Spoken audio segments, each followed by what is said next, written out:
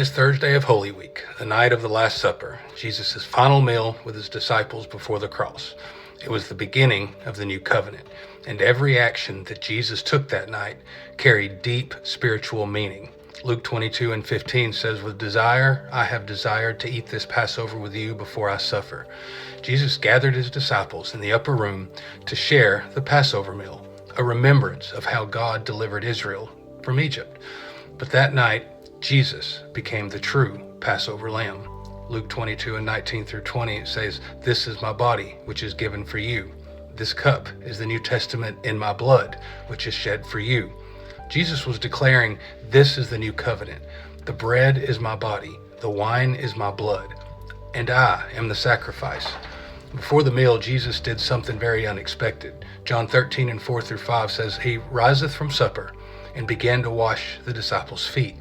This was a job for the lowest servant in the house, but Jesus, the King of glory, God in the flesh, knelt down and washed their feet.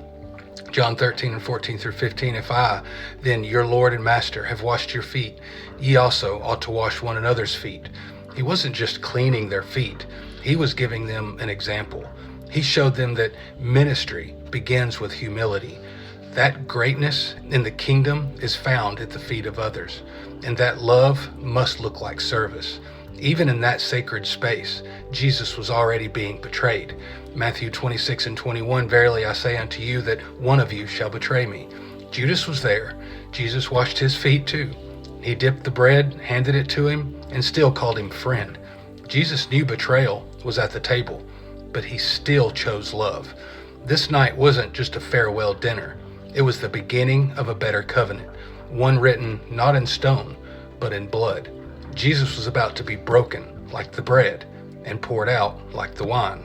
Isaiah 53:12 says, "He hath poured out his soul unto death." So today on Maundy Thursday, we remember the table, we remember the towel, the bread, the blood, and the Savior who knelt, served, and gave it all. This is my body, this is my blood, this is the covenant, and it's for you.